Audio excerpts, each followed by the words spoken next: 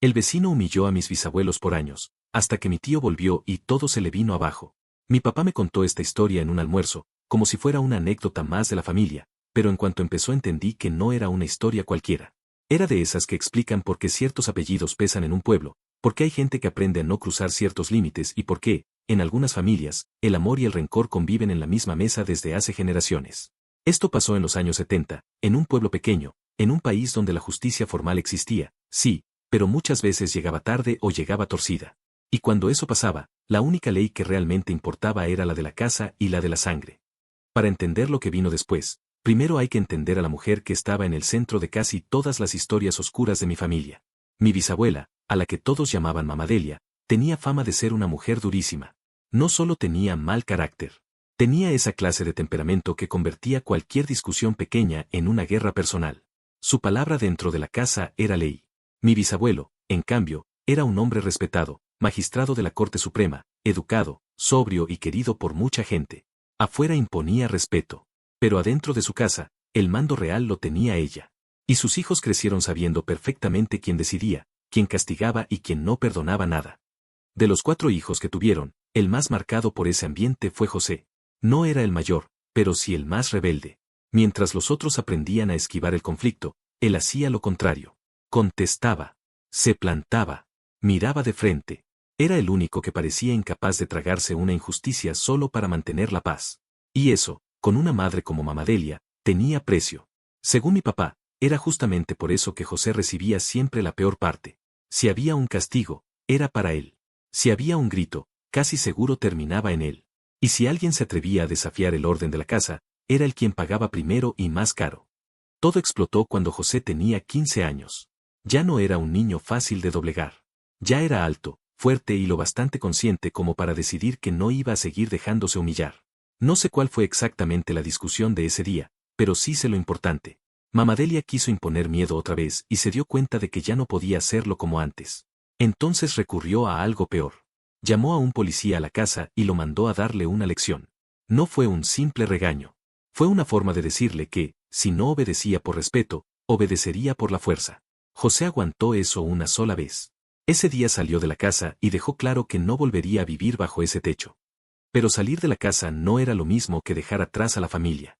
Eso nunca pasa del todo, y menos en pueblos donde todo el mundo se conoce y donde el apellido importa casi tanto como la reputación. José siguió apareciendo de vez en cuando, no por su madre, sino por su padre y por sus hermanos. Iba poco, se quedaba lo justo y mantenía esa distancia incómoda de los que no han perdonado, pero tampoco han cortado del todo.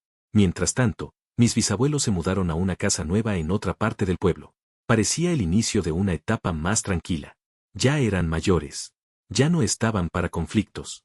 Ya habían tenido suficiente tormenta dentro de la familia. Lo que no sabían era que la siguiente humillación no les iba a llegar desde adentro, sino desde la casa de al lado. Los vecinos eran una familia conocida como los Cordobés.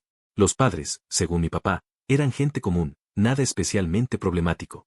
El problema era el hijo, Rubén.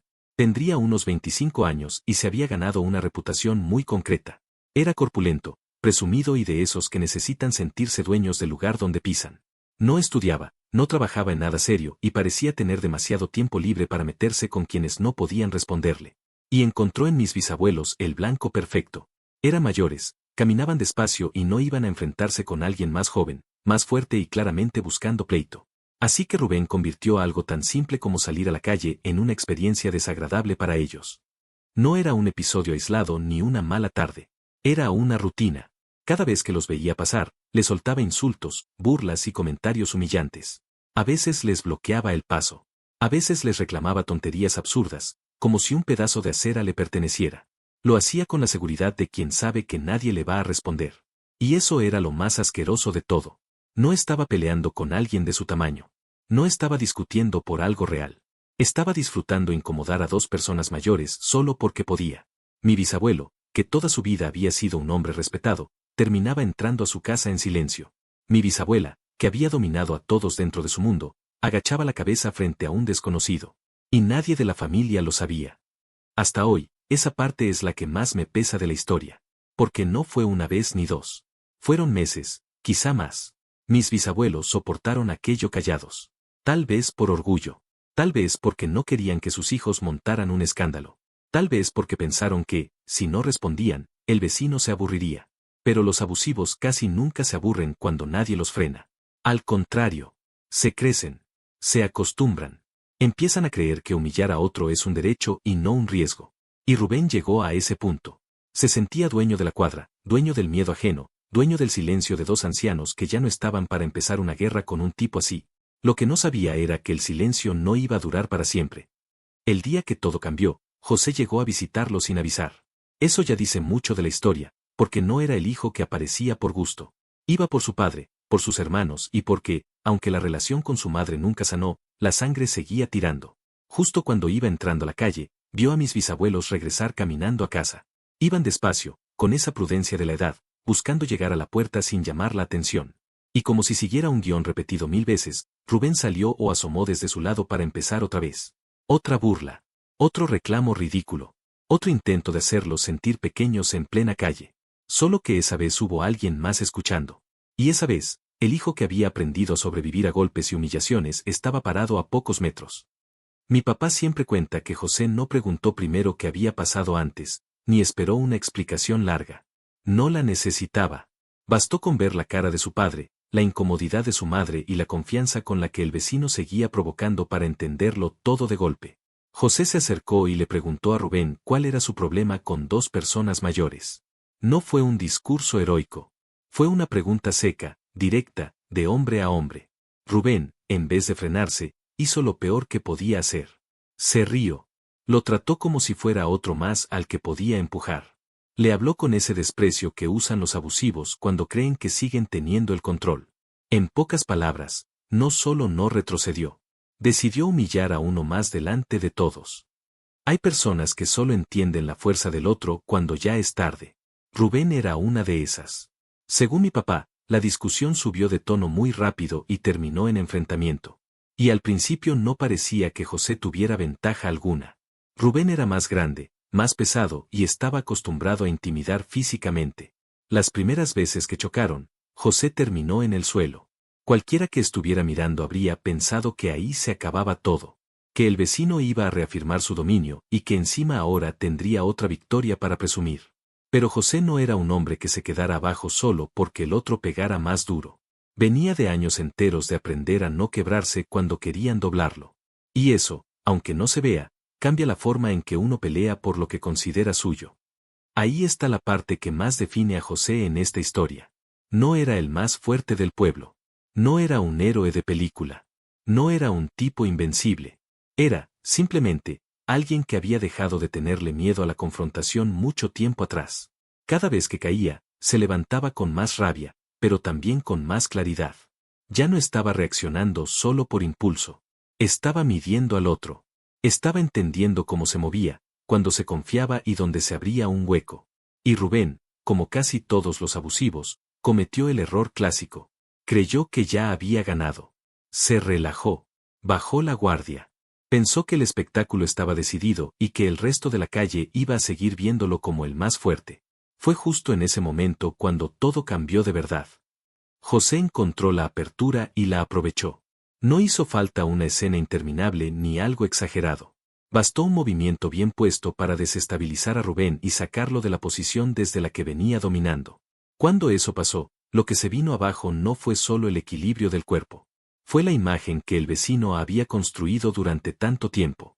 El hombre que llevaba meses aterrorizando a dos ancianos ya no se veía intocable. Ya no parecía dueño de nada. Por primera vez estaba del otro lado. José se le fue encima, lo redujo y la pelea dejó de parecer el juego cómodo que Rubén había imaginado. Para cuando el hermano mayor de José llegó a separarlos, ya nadie en esa calle estaba viendo al mismo matón de antes.